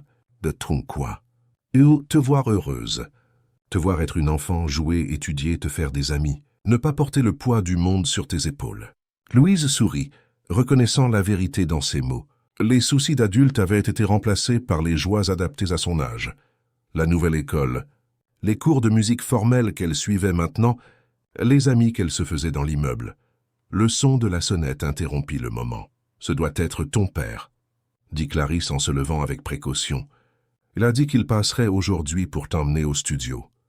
Richard avait proposé d'enregistrer professionnellement la chanson « Les ailes du souvenir », elle avec Louise comme interprète. Non pas pour une sortie commerciale, la fillette était trop jeune pour une carrière, tout le monde était d'accord. Mais comme un enregistrement spécial, un jalon du nouveau départ de cette famille particulière. « Tu viens aussi, n'est-ce pas ?» demanda Louise, impatiente. « Bien sûr que oui !» assura Clarisse, en arrangeant ses cheveux devant le miroir de l'entrée. « Cette chanson est notre histoire, après tout. Et les histoires doivent être racontées, préservées. » Quand elles ouvrirent la porte, Richard était là, souriant, tenant un petit mais élégant bouquet de fleurs des champs. « Pour les 2 femmes de ma vie », dit-il avec une touche théâtrale qui fit rire Louise et rougir légèrement Clarisse. Tandis qu'ils descendaient ensemble dans l'ascenseur, Louise, entre eux deux, tenant une main de chacun. Elle pensa aux paroles de la chanson qui avait changé leur vie. Les oiseaux avaient vraiment retrouvé leur chemin. Peu importe la distance ou le temps. Les cœurs séparés s'étaient reconnectés. La promesse faite sous un ciel étoilé, il y a tant d'années, était enfin tenue. La musique, comme la vie, continuait, avec ses notes hautes et basses, ses moments de silence et ses crescendos émouvants. Et pour la famille Mendes, qui incluait désormais à nouveau le nom de Torres, la mélodie n'avait jamais sonné aussi douce.